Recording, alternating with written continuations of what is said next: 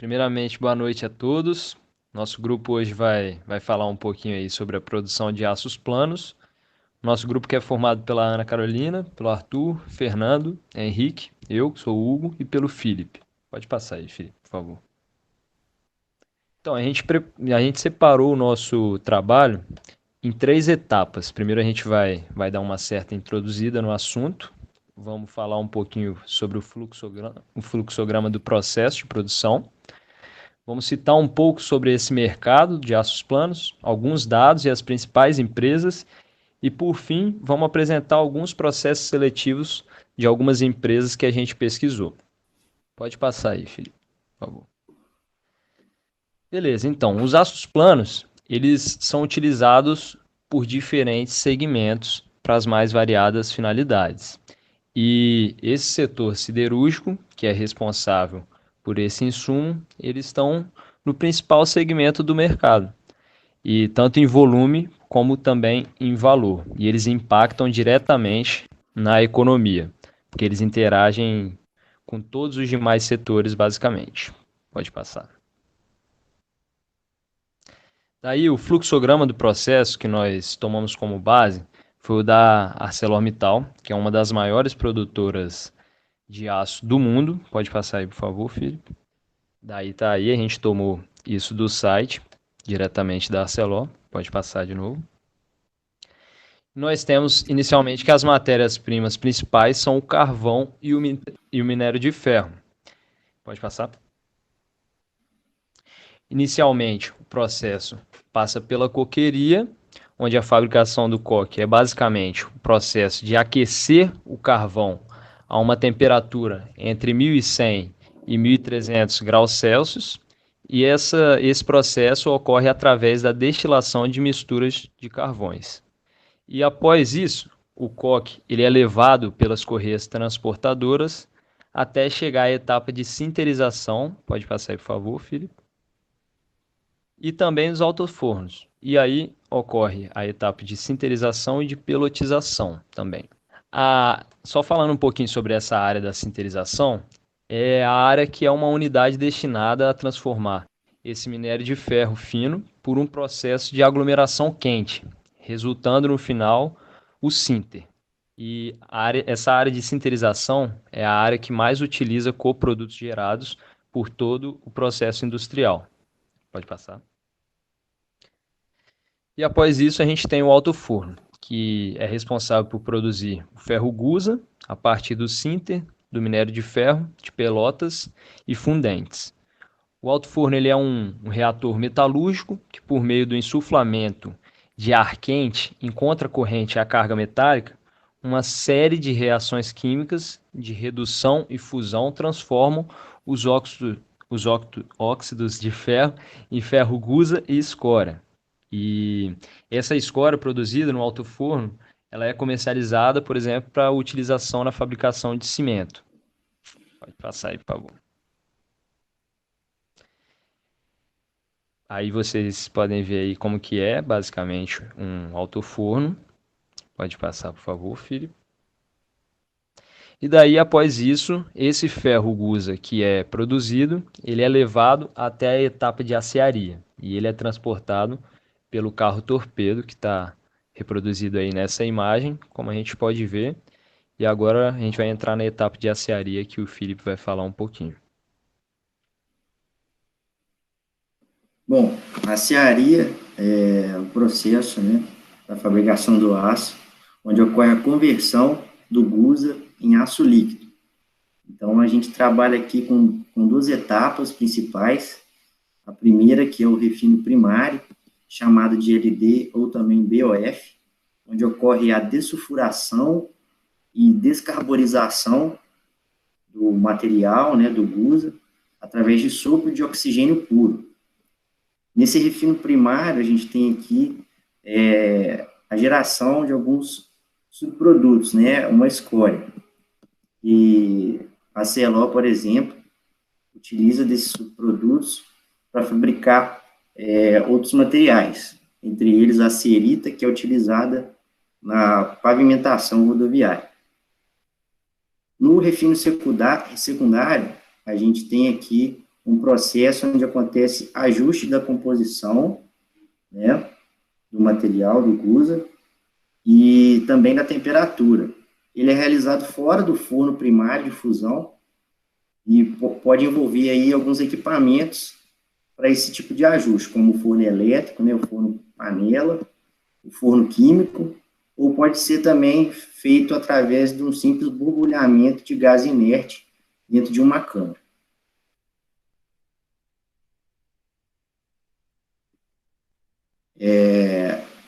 Após esse material sofrer esses ajustes, né, ele é transportado para a etapa de lingotamento contínuo. A gente tem aí um número que aproximadamente 80% a 85% da produção mundial de aço ela é obtida através do lingotamento contínuo. Esse processo consiste no vazamento do ácido líquido em um pequeno molde vertical de cobre refrigerado e na extração simultânea da casca solidificada, que contém ácido líquido em seu interior.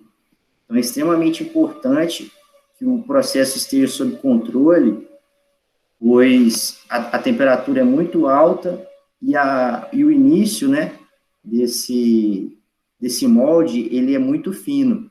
Então, se ele romper, ele pode danificar todos os cilindros, rolos e demais equipamentos, né, que seguem aí no processo.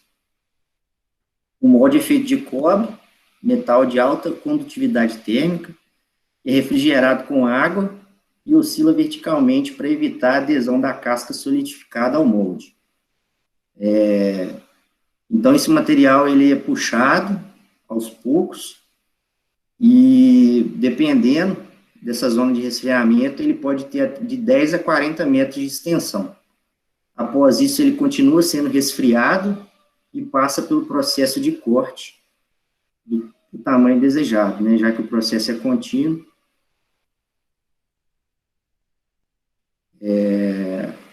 Após isso, as placas semi-acabadas, elas podem ou ser encaminhadas para o resfriamento e posterior envio ao cliente, né, mas também podem passar pelo processo de laminação, onde a gente tem um ajuste final do produto semi-acabado.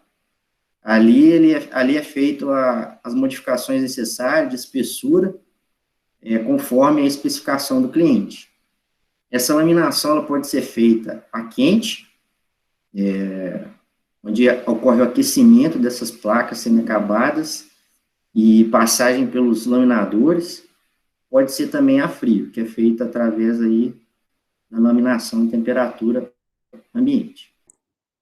Bom, a gente está aqui falando sobre o tipo de aço, né, e a gente sabe que existem diversos tipos de aço que estão disponíveis no mercado hoje em dia, tem os aços longos, e a gente está falando do processo de produção dos aços planos, né. A principal característica para conseguir distinguir é que eles têm uma largura extremamente superior à espessura, né.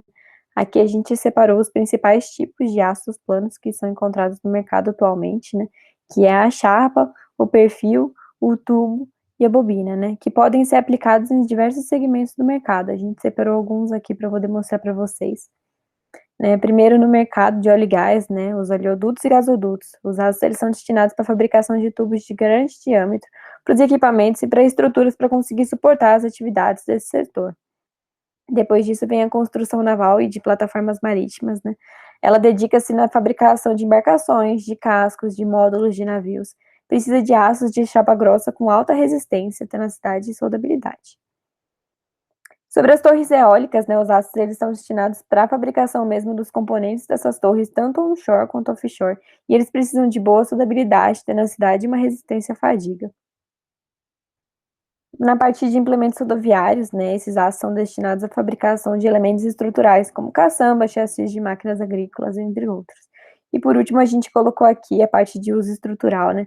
Para esse tipo de aplicação, eles usam um aço de carbono manganês microligados com boas características de soldabilidade e conformabilidade, né. Esses aços eles podem ser empregados em elementos da construção sujeitos a carregamento. Agora, falando algo mais sobre a gente decidiu falar sobre as 4 principais empresas produtoras dos aços planos aqui no Brasil. A primeira, que eu vou citar aqui, é a CSN. Pode passar aí, Felipe.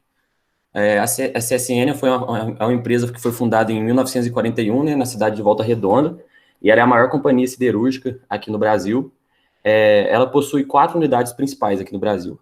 A primeira é a unidade Presidente Vargas, que foi a primeira lá da fundação, que é localizada em Volta Redonda, e ela é uma das maiores siderúrgicas da América Latina. Ela tem uma produção anual de 5,8 milhões de toneladas de aço. A segunda unidade dela é a unidade Paraná, que fica lá em Araucária, e os produtos principais produzidos nelas são os aços galvanizados, com liga de zinco e alumínio e com revestimento de zinco puro. A terceira unidade dela é a unidade de Porto Real, que fica localizada em Porto Real, no Rio de Janeiro, e os principais produtos que lá são produzidos são os aços galvanizados com liga de ferro e zinco, e os aços galvanizados minimizados, que são aqueles que são utilizados para peças tanto internas quanto externas. A última unidade, eu não vou citar tanto, porque é uma unidade especializada mais em cimento, mas é uma grande unidade, fica lá em Arcos. Pode passar, Felipe. Falando um pouquinho da Gerdau, a Gerdau é a maior empresa brasileira produtora de aço, né? Ela foi fundada em 1901, isso significa que esse ano ela fez 120 anos de idade, né? Ela está presente em 10 países e tem mais de 30 mil colaboradores. Ela é a maior fornecedora de aço longo na América e entrou nesse mercado de aços planos em 2016. A terceira empresa aqui que eu vou estar citando é a Uzi Minas. Ela foi fundada em 1956, na cidade de Ipatinga, né, no Vale do Aço, e ela é a maior produtora e comercializadora de aços planos do Brasil. Ela possui diversas unidades, só que as unidades de usinas de siderurgia ficam localizadas em Ipatinga, em Cubatão e em Vitória, e as unidades de transformação do aço estão presentes, elas têm bastantes unidades, mas estão presentes em quatro estados, que é São Paulo, Rio Grande do Sul, Minas Gerais e Pernambuco. Pode passar aí, Felipe, por favor. E por último, vou estar citando aqui a ArcelorMittal, que ela é uma empresa que foi formada em 2006, quando teve a fusão de duas outras empresas, né, que era a Arcelor e a Mittal Steel Company. Ela é a maior produtora de aço do mundo, e aqui no Brasil ela tem a capacidade de produzir 7,5 milhões de toneladas de aço plano. Aqui no Brasil ela possui 3 unidades principais, que é a unidade Tubarão, que ela fica na região metropolitana de Vitória. É uma unidade de produção integrada de aços planos. 2 pontos muito legais dessa unidade que eu posso citar aqui é que ela é autossuficiente de energia. 115% ela produz 115% da energia que ela necessita para estar funcionando, e ela tem um índice de reaproveitamento dos resíduos de 92%. Então, isso é muito interessante, porque realmente praticamente todos os resíduos que saem de lá, eles fazem outros produtos. A segunda unidade que eu vou citar é a unidade Vega, que fica localizada em São Francisco do Sul, lá em Santa Catarina, e é uma das mais modernas unidades de transformação de aço do mundo todo. E ela atende principalmente os setores automobilísticos, os setores de eletrodomésticos e produção de tubos. E, por fim, a última unidade fica aqui em Contagem, aqui pertinho de BH, e é uma unidade que oferece solução em aços planos para indústrias, principalmente no setor de estruturas, destacando na fabricação de tubos e de perfis. Falando um pouquinho sobre essa parte do retorno, que essas empresas que a gente citou agora fizeram com a comunidade que elas estão presentes, né, durante essa pandemia do Covid-19. A gente separou algumas das notícias, as empresas fizeram muitas outras ações, né. A primeira que é a Gerdau do Oás, para construir o centro de tratamento de Covid-19 do hospital em São Paulo, né, ele foi em parceria com o Albert Einstein, com a Ambev, eles conseguiram fazer um hospital de campanha em tempo recorde, né, para conseguir ajudar. A Uzi Minas, ela destinou 150 mil ao Hospital Manuel Gonçalves. A ArcelorMittal investiu 18 milhões em ações de apoio à sociedade no combate ao coronavírus. E a CSN fez uma doação de 10 mil máscaras para a Prefeitura de Arcos, para conseguir estar ajudando aí no combate. Então, eu vou falar um pouco sobre o mercado de aços planos. O Brasil ele é o 9º país com a maior produção de aço no mundo. E por essa razão, a indústria siderúrgica é responsável pela exportação da matéria-prima para aproximadamente 100 países. O Brasil fica atrás somente da China, que é o seu maior concorrente, também é um líder no mercado mundial de aço. E como todos os países, o Brasil apresentou uma queda no segmento industrial, assim como em diversas outras áreas, em razão da crise do coronavírus. Mas a situação tende a melhorar e a economia está se recuperando fortemente. Pode passar aí, Felipe. E a gente vê isso daí no gráfico do preço das ações. Algumas, inclusive, estão operando em suas máximas históricas. A recuperação econômica da indústria siderúrgica brasileira está diretamente relacionada com a retomada de obras da construção civil, e também com o aumento da produção industrial automotiva e bens de capital. E esses setores correspondem a mais ou menos 80% do consumo de aço. Uma das coisas que atrapalha muito a indústria siderúrgica no Brasil é a complexidade do sistema fiscal e tributário brasileiro. É uma das grandes razões da falta de competitividade da indústria siderúrgica nacional em relação aos outros países. Um dos aspectos que contribuem diretamente para o crescimento da indústria no Brasil é a confiança dos empresários investindo no setor. Isso vem melhorando, por isso que a gente vê esse aumento no preço das ações, mas a indústria siderúrgica brasileira passou por uns momentos extremamente difíceis nos últimos anos. Em 2018 teve a greve dos caminhoneiros, em 2019 teve a tragédia de Brumadinho, e agora em 2020, 2021 tem a pandemia, né, mundial. E pode passar aí, Felipe, para ter uma ideia da produção brasileira de aço, as vendas, como que estão. E eu vou falar um pouco de como andam as empresas que já foram introduzidas. A CSN, as vendas de aços planos nela estão com a recuperação mais atrasada que a de Longos, mas com fechamento de fornos nas duas maiores siderúrgicas, deixaram o mercado com baixo estoque. Os grandes consumidores de aços planos ainda não voltaram suas produções para os patamares anteriores à crise, mas, por outro lado, eles estão mandando muito bem em embalagens de distribuição, que estão com as vendas aquecidas. E o maior volume produzido pela CSN é de aços planos, onde a empresa vem se beneficiando com a retomada da demanda e principalmente com a elevação dos preços.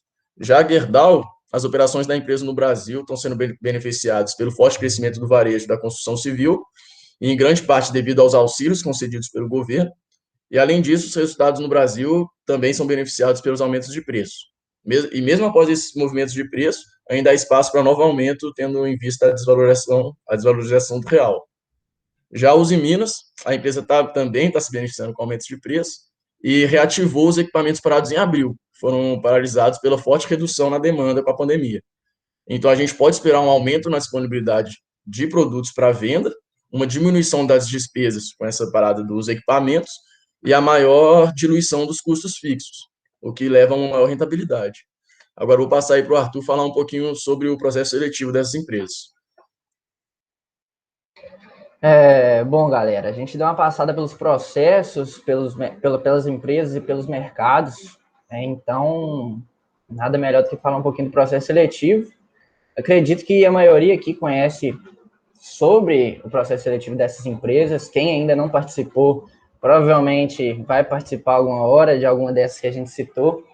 E uma parte importante que não diferente dos outros mercados que os outros grupos apresentaram, o processo seletivo se mantém de forma online e de forma remota, né, por conta da pandemia. E um ponto interessante que eu encontrei em todas as páginas das empresas as empresas atualmente estão prezando pela diversidade e a inclusão, seja de raça, seja de etnia, gênero, LGBTQIA+, e PCD, que são as pessoas com deficiência. Todos têm oportunidade, seja no nível superior ou no nível técnico. E como essas empresas citadas são muito grandes, elas têm disponibilidade de serviço em várias partes do território brasileiro. Então, tem oportunidade de norte a sul nessa área de produção de aços planos. Primeira empresa que a gente vai falar é da Gerdau, que tem um processo seletivo bastante interessante, algo que se diferenciou um pouco das outras que a gente vai citar, porque basicamente a estrutura é a mesma. Mas a Gerdau a inscrição é feita pelo G-Start, que é uma página online que conta com a maior integração seja do trainee ou do possível candidato da empresa. Nessa página ela tem uma integração realmente com pessoas que já estão dentro da empresa, não só como entrevista, mas podendo interar mais as pessoas que estão querendo entrar ali naquela empresa, ensinando mais e tendo trocas de experiência, né?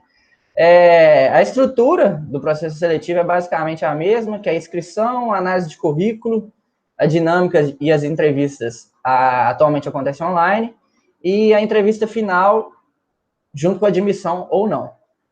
Na Gerdau tem o benefício de bolsa auxílio, assistência médica, vale refeição, assistência odontológica e vale transporte. A Uzi Minas também tem a mesma estrutura de processo seletivo, conta inscrição e análise de currículo, dinâmica, entrevista online, entrevista final e admissão. Também conta com os benefícios de vale refeição, assistência odontológica, assistência médica, vale transporte. E a inscrição, no caso da Uzi Minas, a inscrição é feita no próprio site da empresa, é só entrar lá, fazer a inscrição. Pode passar. Já a CSN, a inscrição também é feita pelo site. Nesse caso, as inscrições estão abertas até novembro. No caso, as outras empresas já finalizaram. Mas a inscrição, a estrutura também continua a mesma, análise de currículo, inscrição, análise de currículo, dinâmica, entrevista online, entrevista final e admissão. E conta com os benefícios de bolsa, alimentação, transporte, plano de saúde, plano odontológico, da mesma forma que as outras empresas trabalham. E, por fim, pode passar, a ArcelorMittal, que também tem a inscrição feita pelo próprio site da empresa, com a mesma estrutura dos outros, com benefício seguro de vida, que nas outras não tinham, no caso da Arcelor é um diferencial, vale transporte, tem bicicletário dentro da empresa, que também é algo bacana, as pessoas se locomoverem lá dentro de uma área a outra, e o restaurante interno, ou vale refeição, o candidato, o funcionário pode escolher. E em todos esses programas que a gente citou,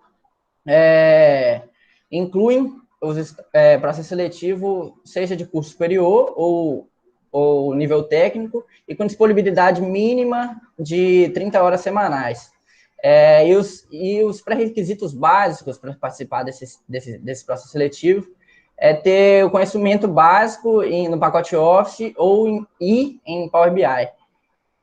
Passando por todos esses processos seletivos, creio que todo mundo, igual eu falei no início, teve uma aproximação de algum tipo, com alguma dessas empresas. Fica a critério, né? Qual empresa seria bacana agora, se pudesse escolher, qual empresa agora seria escolher para fazer o seu estágio? Bom, todo o nosso trabalho foi feito em referências que a gente conseguiu, principalmente nos sites oficiais das empresas e também sites que são referência na parte do aço. A gente listou todos eles aqui, caso vocês queiram dar mais uma olhada a fundo, né, em tudo isso que a gente falou. E obrigada.